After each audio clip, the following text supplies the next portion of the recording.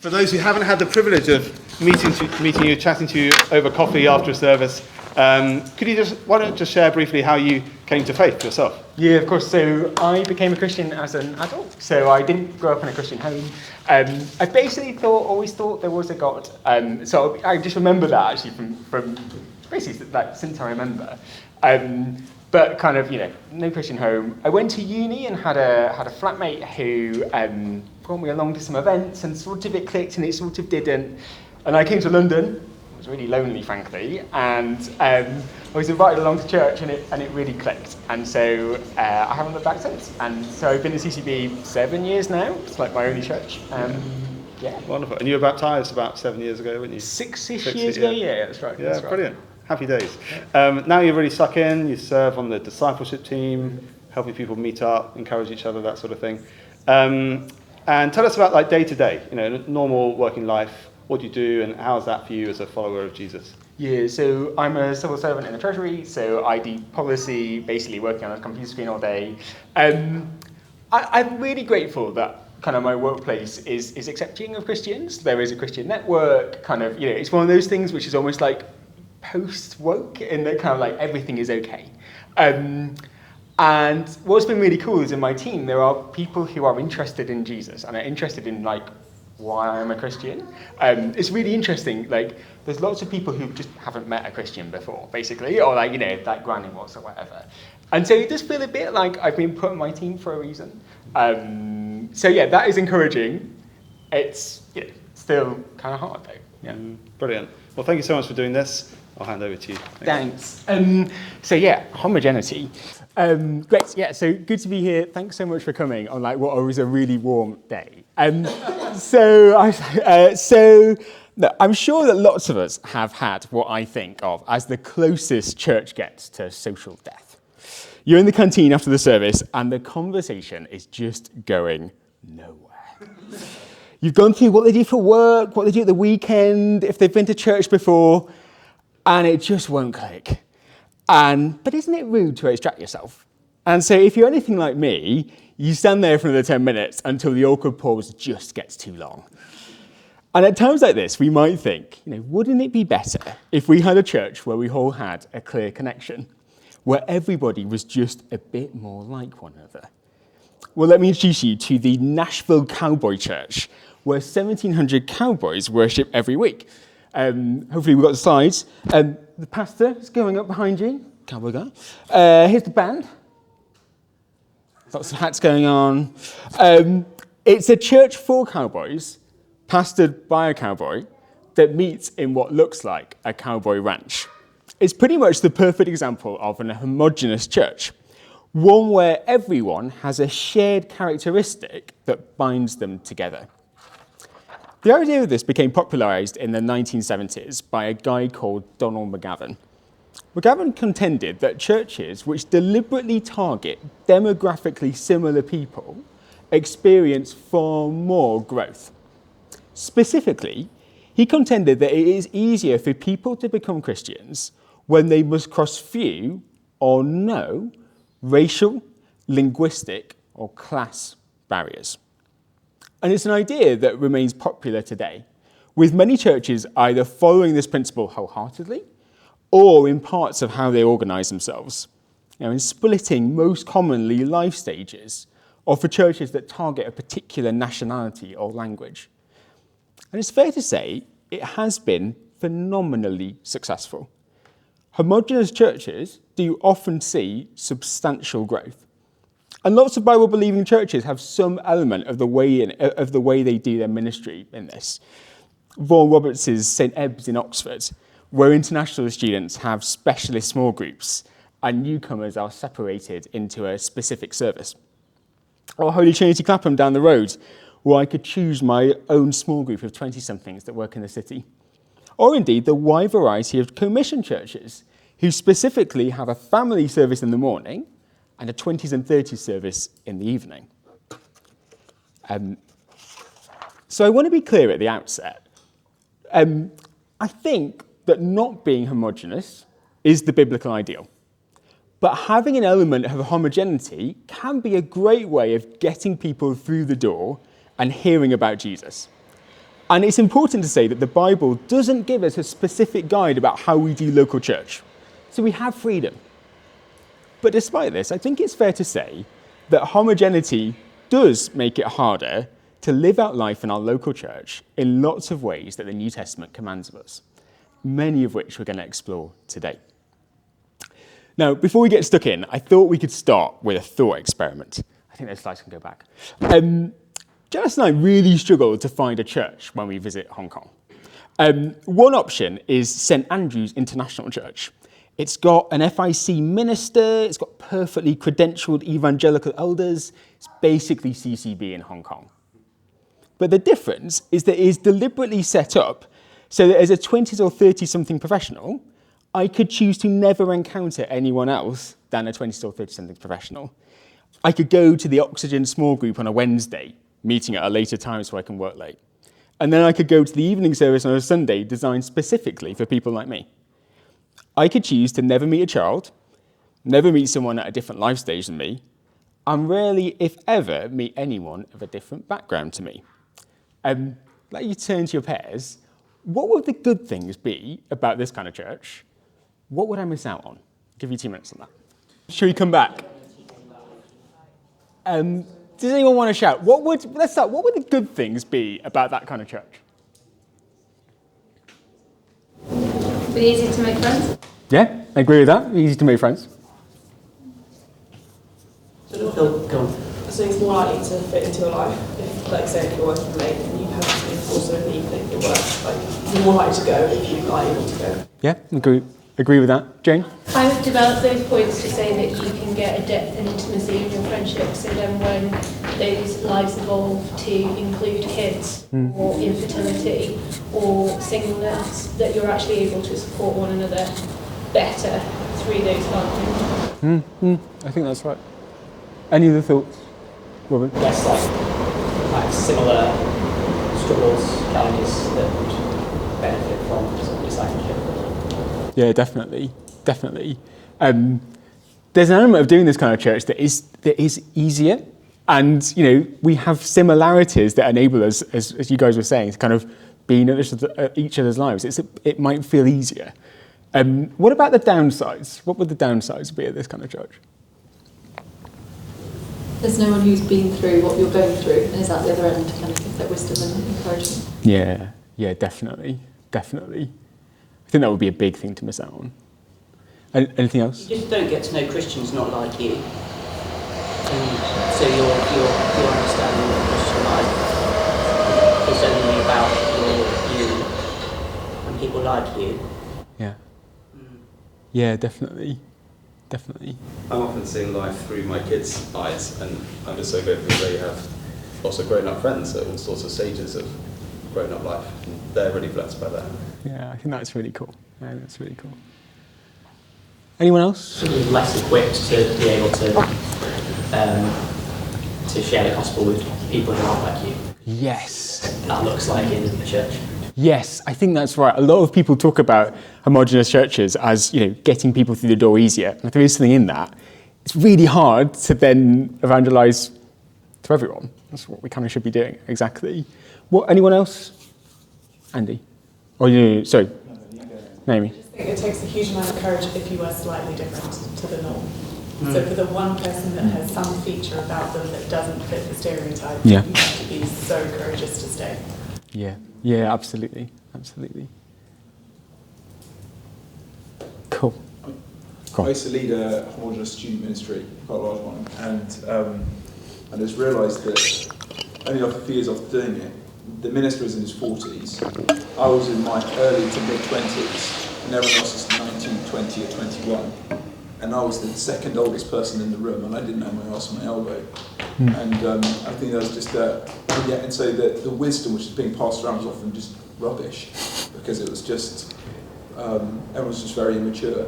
I think, and because that age gap between the pastor led to some power issues, I think, because he was the only senior man, and so unfortunately people there wasn't sort of the sense of weighing everything rightly, because he was the only guy to listen to. Really. Yeah, absolutely. Cool. Look, there are good things, there are things that are harder. I mean, it's not what we do at CCB. And we should reflect on how unusual that is. I think from a quick look, and Sarah's here, she should tell me if I'm wrong. I think from a quick look at Commission's website, that of the churches that are a similar size to CCB, a size that makes kind of split services and splitting this way viable, it is basically CCB and Globe in central London that don't have this kind of element of homogeneity, a family service and a 20 and 30-something service. So the norm in our context is to have some element of homogeneity. And I think it is likely that CCB would have grown more quickly if we had that family service at 10:30 and an evening service for everyone else. So why do we do it? I'm going to kind of offer three reasons. The first is, we've assumed a new identity. We are united through Christ. I want us to start with how Paul treats the real differences that we see in the early church. The biggest pastoral issue in most of Paul's letters is how Jews and Gentiles relate and how they live together in spite of their differences. We see real issues in Acts 11, where Peter, a Jew, chooses to eat with Gentiles and is roundly criticised, in Galatians 2, and in particular, as we've seen in our Connect groups, throughout the book of Romans, where in the Roman church, Jews and Gentiles are really struggling to reconcile their differences. Paul's solution to this difference is not for them to have separate gatherings. He doesn't suggest somehow that the Jews have a 9 a.m. service, the Gentiles an 11 a.m. service. Instead, he exhorts them to recognise their identity under Jesus. We turn first to Ephesians 2, 11 to 13. I'll let you get up now.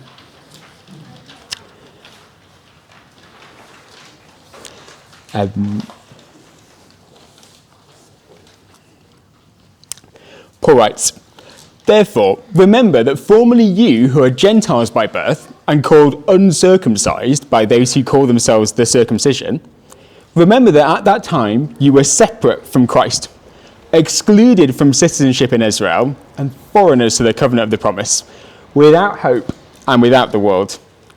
But now, in Christ Jesus, you who once were far away have been brought near by the blood of Christ." In the Old Testament, the next set of slides would be great here. In the Old Testament, the Israelites were set apart from creation as God's chosen people. As in verse 11, they are the circumcision. There's a direct link between Jews and God, and Gentiles are shut off. There is a complete divide. As verse 12 says, they are excluded from the covenant. But through Christ, verse 13, Gentiles who were once far away have been brought together through the blood of Jesus.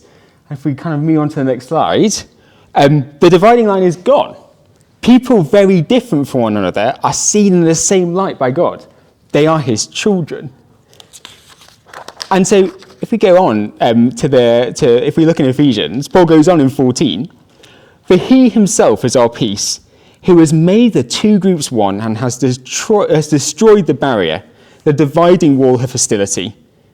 And then down to 19, Paul says, "Consequently, you are no longer foreigners and strangers, but fellow citizens with God's people and also members of his household, built on the foundations of the apostles and prophets, with Christ Jesus himself as the chief cornerstone." So Christ's blood results in the dividing wall of hostility being broken down, with Jew and Gentile being members of the same household. They're no longer strangers, but instead they are fellow citizens of his household. So Jews and Gentiles are no longer defined by their new identity. They are instead defined by being Christians. And this has a transformative effect on how they are able to relate. Paul, a bit later in the letter, is real pains to emphasize their oneness. In verse 22, he says, "In him you two are being built together to become a dwelling in which God lives by his Spirit." And I think what this means is there's something very special about us as believers under Jesus. That this side of the cross, our ultimate definition is as a Christian. That we are defined primarily by our relationship with him, not by anything else. So for those of us in Jesus, there's no gap between anyone sitting here today. And we're not defined by our age or class or job, where our kids go to school or our football team or whatever it might be. But instead, beautifully, we are a united body of people, all under Jesus, with our identity in him at the core. And I think it's worth reflecting just how different this is. And where else do we see this radical change of different groups of people being characterised, not by kind of what we see, but by something really fundamental about them, that they're loved by Jesus, and that they are fundamentally Christians. Should we turn to Pez again, really quickly? How do you think this truth, that we are primarily defined as being Christians, can change the relationships we might have across church? And how might this be attractive to newcomers? I'll give you 2 minutes.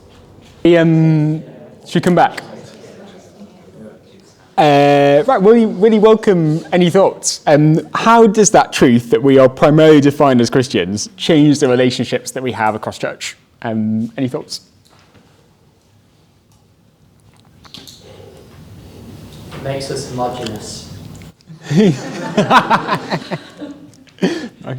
Nice. In the fact that we're all, the most defining characteristic about us is the thing that we have in common, which is Christ. Yeah. And where we stand in that respect. So, in some ways, actually, this is more about why we are homogenous. Maybe so. Or why the things that are different actually are less. Yeah, I think that's right. We were saying how actually the image of people who are also Christians being brothers and sisters in Christ is helpful, because actually the image of a family, not all the siblings are actually the same, or they might have different personalities, etc. But they are all a family and they have a deeper bond there. And then I was saying how, outside of CCB, actually when we encounter Christians, like for example, at the Christian network at work, that's sometimes an area where we actually encounter Christians who are even more different than us in terms of like different denominations, etc. And remembering that people are brothers and sisters in Christ is actually just a really helpful way to help think about like how to love people who are different and respect them despite like different views and things like that.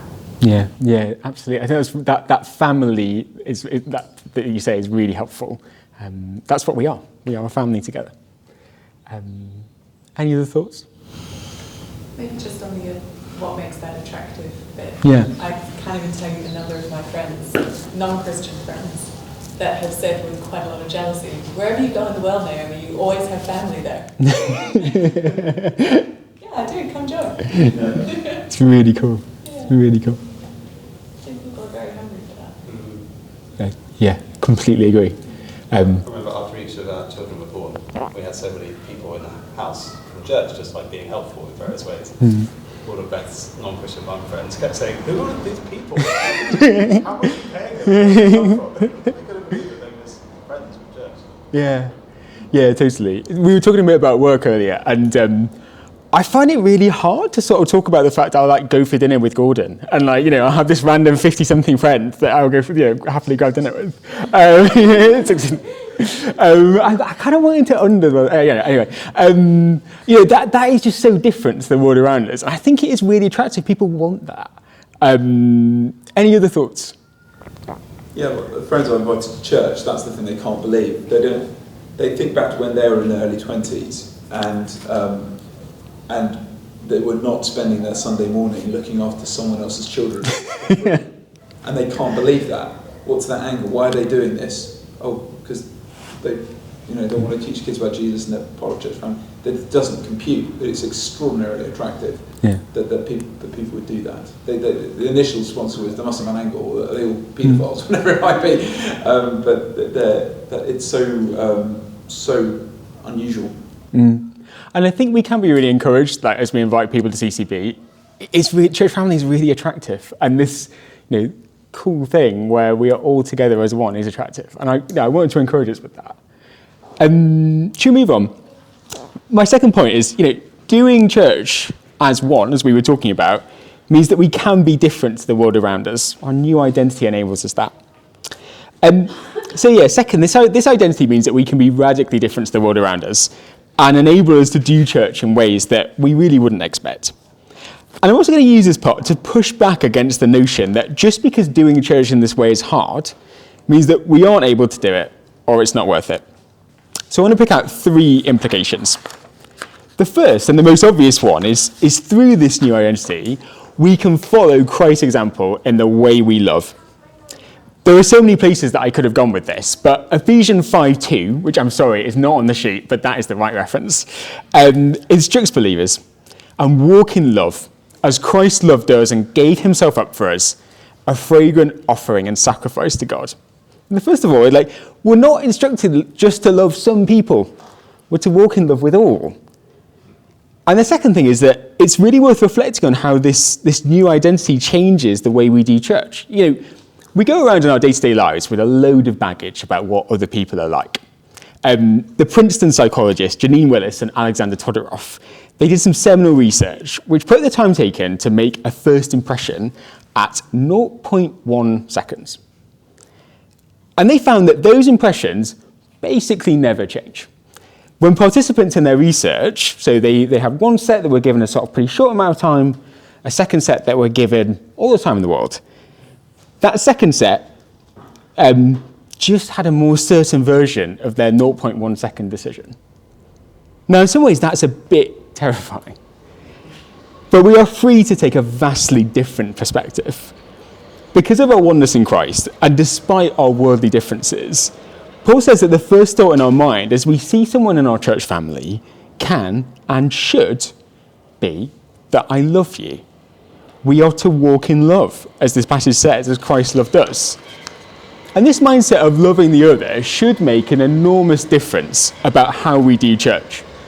We're going to want to make the awkward conversation that I mentioned at the beginning work, or to go to Connect Group, even when people are different, when it's cold and rainy, so we can love our group. Because our first thought is, I love you, to the person in our church. The second is that we can live in unity. We turn to 1 Corinthians 12, verses 12 to 13. Does someone just want to read that very quickly for us?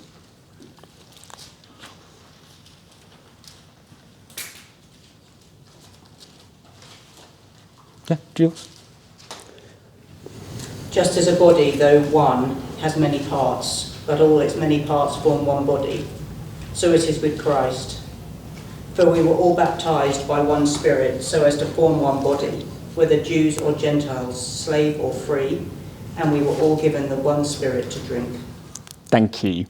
First of all, I think the first thing to notice here is that we're all baptized by the same Spirit. There shouldn't be a difference between us. And notice how many times Paul uses the word one in these verses. He really wants to emphasize that we are one no matter who we are. So in our non-homogenous church, no matter what our difference is, one of our primary aims should be to live in unity, even if that is really personally costly. And one important implication as we think about living as church family, of us being this one body, is that there's no barrier to when someone receives the radical love that I talked about earlier. It's not like your answer to the question, how long have you been here for, needs to be like 2 years. And before then, you're a bit on the outside. Now, these commands, both for our existing church family and for the new person, well, they're there from the beginning. So there's a need for those who have been here for longer to welcome and love those who are new to church, and for those who are new to take that invitation.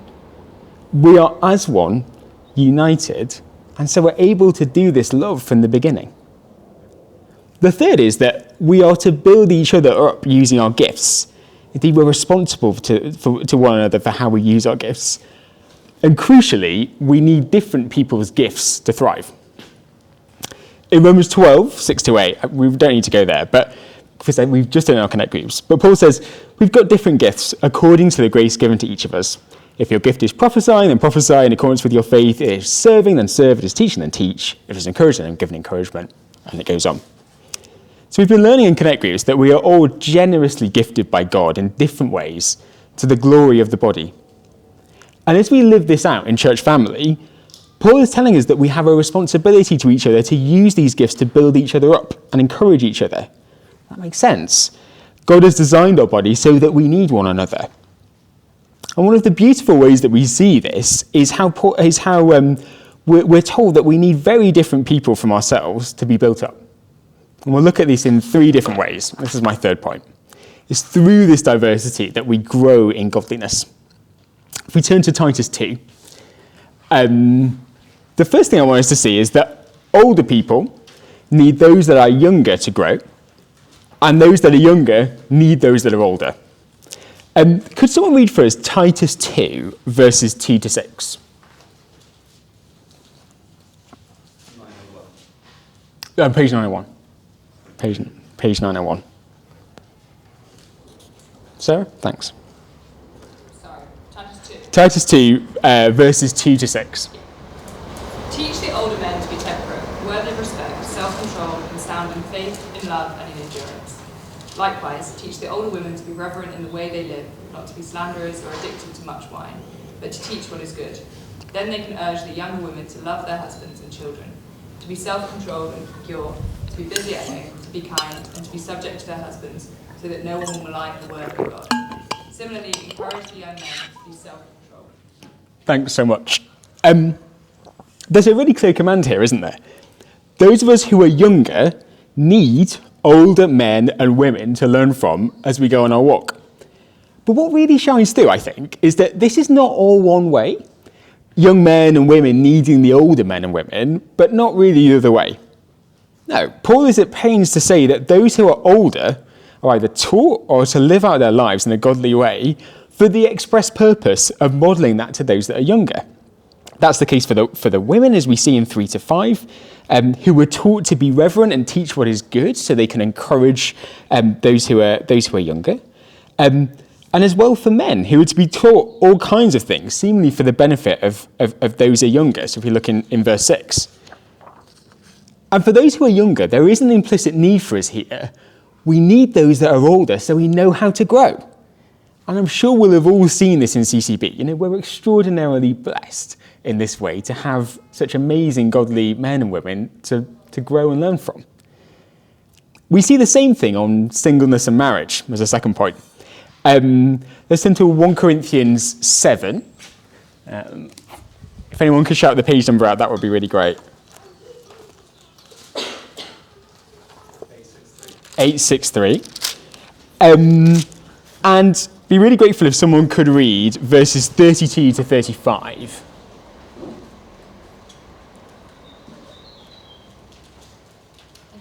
Thanks, Hannah. I would like you to be free from concern. An unmarried man is concerned about the Lord's affairs, how he can please the Lord. But a married man is concerned about the affairs of this world and how he can please his wife, and his interests are divided. An unmarried woman or virgin is concerned about the Lord's affairs. Her aim is to be devoted to the Lord in both body and spirit. But a married woman is concerned about the affairs of this world, how she can please her husband. I am saying this for your own good, not to restrict you, but that you may live in a right way in undivided devotion to the Lord. Thanks so much. I think what Paul is saying here is a church full of married people just wouldn't work that well.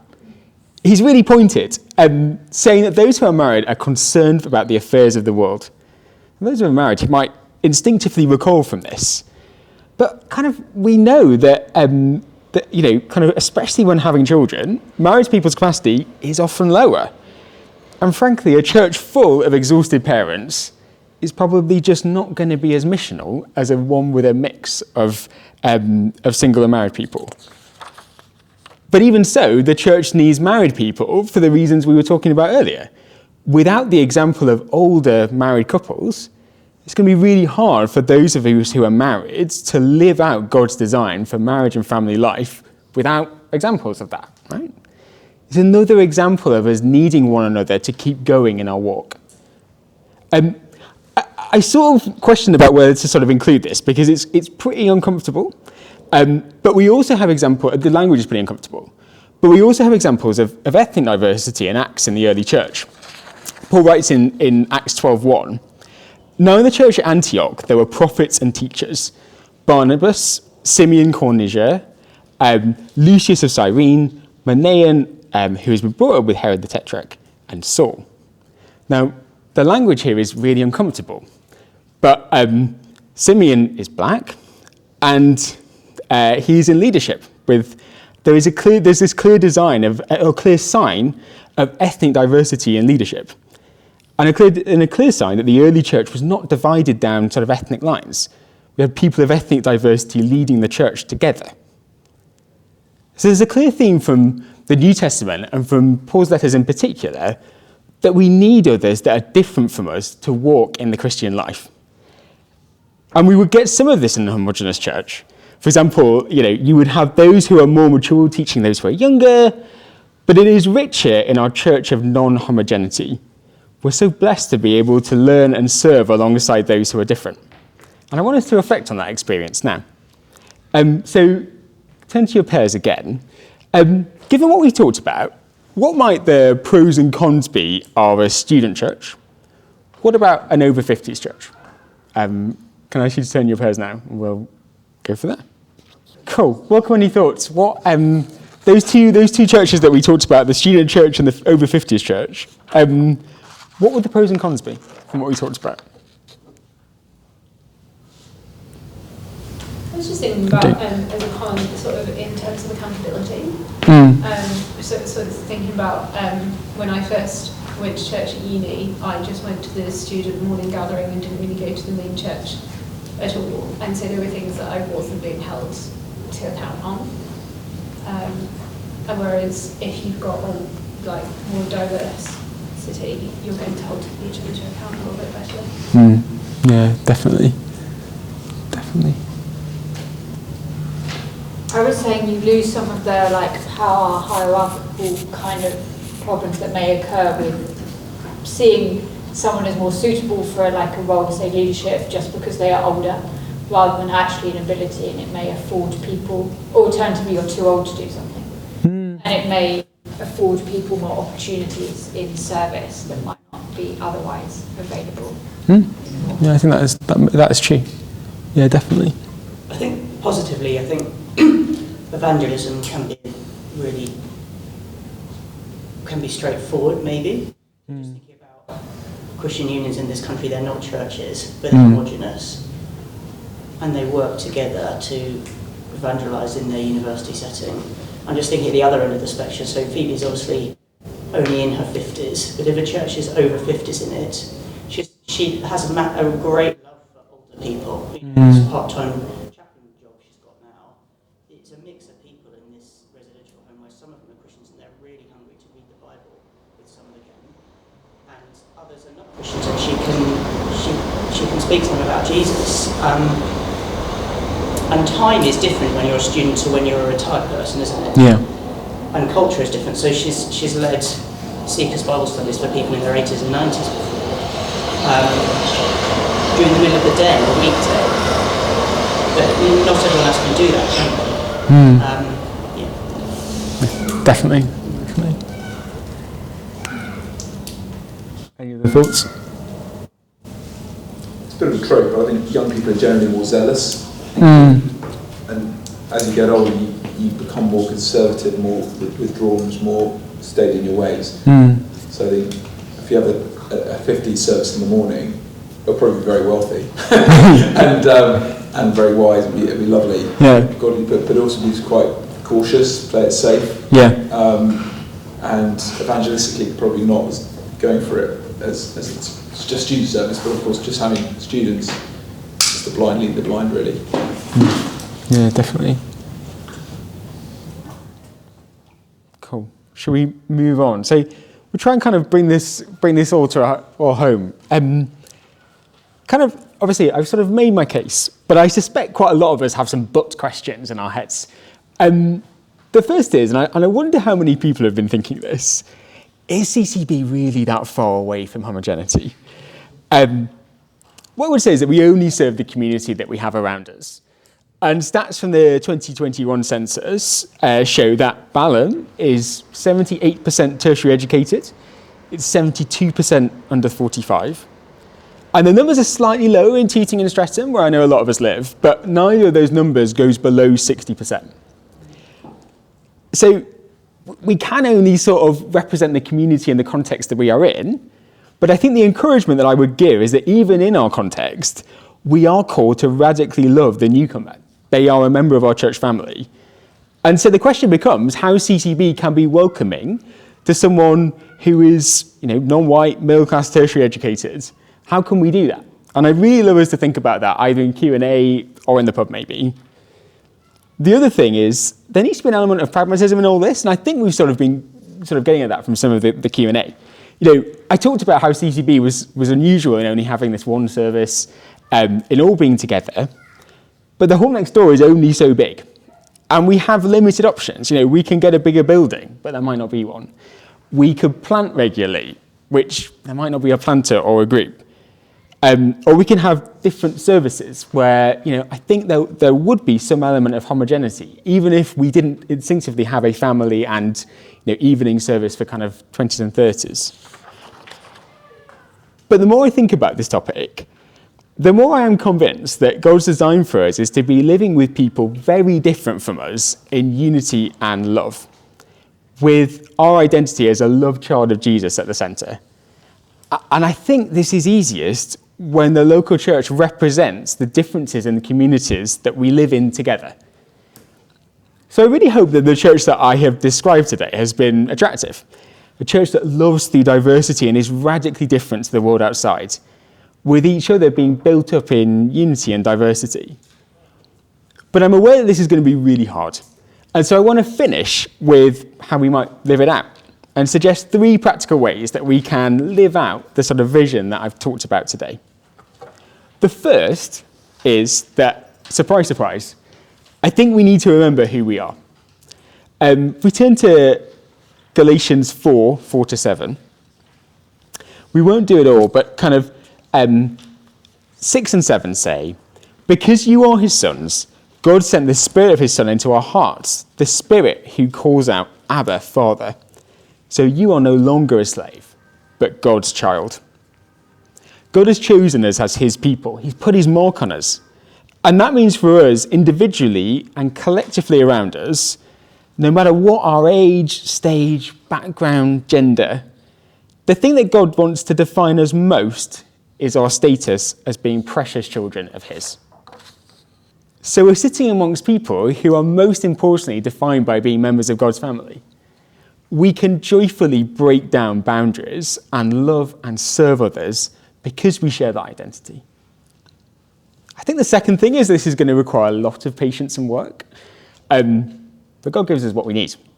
We turn to Colossians 3:12-14. It says, therefore, as God's chosen people, holy and dearly loved, clothe yourselves with compassion, kindness, humility, gentleness, and patience.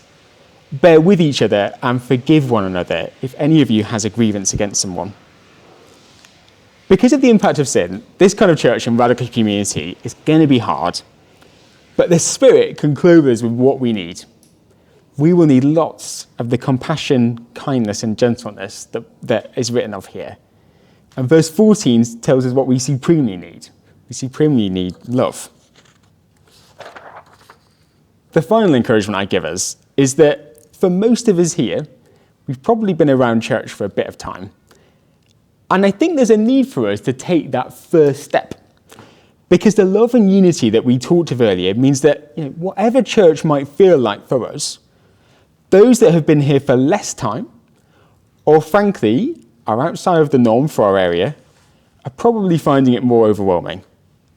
So I would encourage us, how can we take a first step to love or serve someone else, outside of our immediate friendship circle? And for those that are newer, please take that invitation. We'll wrap it up there. I'd love us to turn to our pairs for one final time. What do you think of what we've talked about here? And then, do you have a question for Q&A? And then we'll go into some Q&A. Huge thanks to Tom for all of that content. Stay up here, Tom. Fire any questions at him, and we've clearly done a lot of thinking and work behind that. So let's drill into it if anyone's got any questions. Sarah. Thank you, Tom. That was very helpful. I'm just wondering, where do you feel, what's your thoughts on practically within a church that is not the word homogenous? Where do you then fit in doing things that are for specific groups? And do you think that that is something that churches should then be doing? Like, should you have a group for students within your church, where they're within your church, but you do something for them, or like practically that it kind of is going to happen? Do you think that is something that, yes, we should do that within a church that is wider, or should everything actually be open? I think it's a really good question. So, look, when we were talking in our groups and the questions that we had, lots of them were about, there are some good things about homogeneity. You know, it does probably make it easier for the 19-year-old student to come through the door if they know they have a student lunch to go to, or whatever it might be. So my sense is that kind of putting things on for particular groups, there's no bad thing about that, and it can be really good evangelistically. I think the challenge is then sort of how you bring those new people into church more. Because, you know, that 19-year-old student, they're going to really benefit from the wisdom of, you know, people who are a little bit older in church and have just been through the Christian life more. So I think it is a good thing to have outreach ministries and even sort of ministries within the church that are for specific people. We just need to make sure that sort of we're including them in the wider context. Because I think there is so much richness that they would miss out on if they kind of, you know, if we stuck to that particular group. That's kind of my sense of it. I don't know what you guys think. Okay, I guess actually on that, so the fact that we have a newcomers connect group at the moment, maybe is a helpful example of this. I mean, it remains under review, but trying to think about this where, you know, we still just have one Sunday service, but newcomers for a year are in a group together, and then we'll move into kind of normal, as it were, connect groups. And I guess we are seeing a lot of benefits from doing that. But we're trying for that not to mean that we're being homogenous. It's just one particular kind of stream that really helps them to get stuck in outside of Sundays. So yeah, I don't know if that's so helpful. And actually that group could be very mixed, couldn't it? Yeah. It's just an on-ramp. Exactly. Yeah. That's how the phrase on-ramp, I think that's, yeah. There's a thing about the way in is often the way on. So if someone's saved in a student context, student ministry, and the church they go to is a student thing, it's then, and they're there for 4 years, it's then much harder to then move them into a quote-unquote normal church, because that's all they've seen as they got saved, that's all they know. The way in is often the way on. So the challenge is let those ministries simply be an on-ramp and not a continual ramp, which just where you stay homogenous indefinitely. Rob. Do you think it's helpful to make a distinction between some parts of the church life that should necessarily be homogenous and some parts that maybe benefit from being more heterogeneous? So thinking about the newcomers thing, but also like key areas of discipleship and growing in faith. Like we do men's events and women's events because we accept that there might be differences in the way people experience Christianity between those. But the way that the church corporately comes together to worship, to hear the word preached, to pray and so on, those things should be heterogeneous. Homogenous. But like the things that are more targeted, evangelism and discipleship, maybe benefit from more siloed stuff. Yeah, I think that's really helpful. Like my sense is that kind of, you know, we don't want, it would be overdoing it if every single activity we wanted a perfect representation of our kind of church family. That I think is not what I think is the right thing to do. And you're right, there are definitely contexts, whether men's or women's morning, or the evangelism we just talked about, or, you know, whatever it might be, that there are, I think, you know, that on-ramp or sort of encouragement in discipleship in particular contexts, I think is really helpful. The thing I just would want us to avoid is that becoming, as we talked about, like our everyday church experience, because I think we just miss out on things. So yeah, I think what I don't want to say is, you know, we do everything like it. There needs to be a balance. I guess like when I think about it, I'm thinking about like in Acts, they kind of devoted themselves to breaking of bread, prayer, and all of those things. I feel like the things that you would benefit from being around a gathered body of different believers. But I guess like positive discrimination for gay might not necessarily do the job. Yeah, no, I think that's right. Any other questions? Can I take you back to your opening thing of the awkward Sunday conversation? Yeah. So we're wondering, what are Tom's top tips for kind of applying this, like this group that we are primarily identified united in Christ, to those kind of Sunday interactions and sort of expressing that unity on, particularly on Sundays, I guess. Do you have any thoughts on that? I think it's a really good question. Like, as I was sort of standing up here and preparing this, I was a bit like, oh my goodness, I really don't do this particularly well. So please don't hear this as sort of top tips.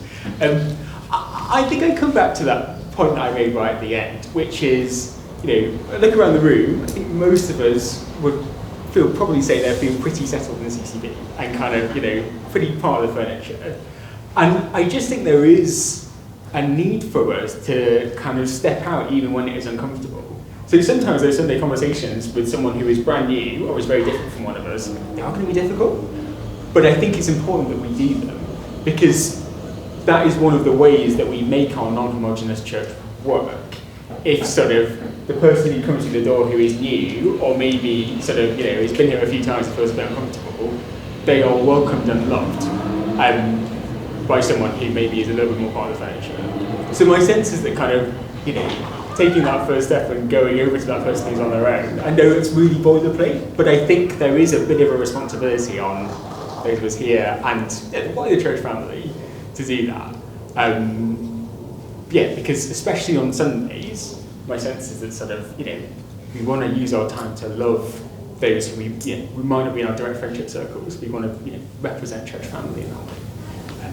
Yeah. Any other thoughts? Can I just say thank you for this, because it's been very, very helpful indeed. I've never come across this kind of topic before, and I've been a Christian for a long time, and I feel relatively new here. Mm-hmm. And yeah, I mean, I think that there's a balance to be struck, isn't it, really? Mm-hmm. Because I think people do, I mean, there's singleness, there are families, there are all sorts of diverse issues that we have. And it's kind of striking that balance, isn't it, really? Mm-hmm. And yeah, from a biblical point of view, you're absolutely right that we're supposed to be embracing people from different, you know, diversity is really important. I mean, just down the road, I mean, Tooting Broadway is just full of Asians, basically. And this is very different, isn't it, Balham is? But it's not very far, is it, really, when you think about it? I mean, I don't know, I'm just kind of, I've been living in Tooting forever, so I do know this area. And yeah, I mean, thank you. I really appreciate you, you know, talking about this particular issue. I just wanted to say thank you. Thanks. Cool. Absolutely. Thank you, Tom. Great. So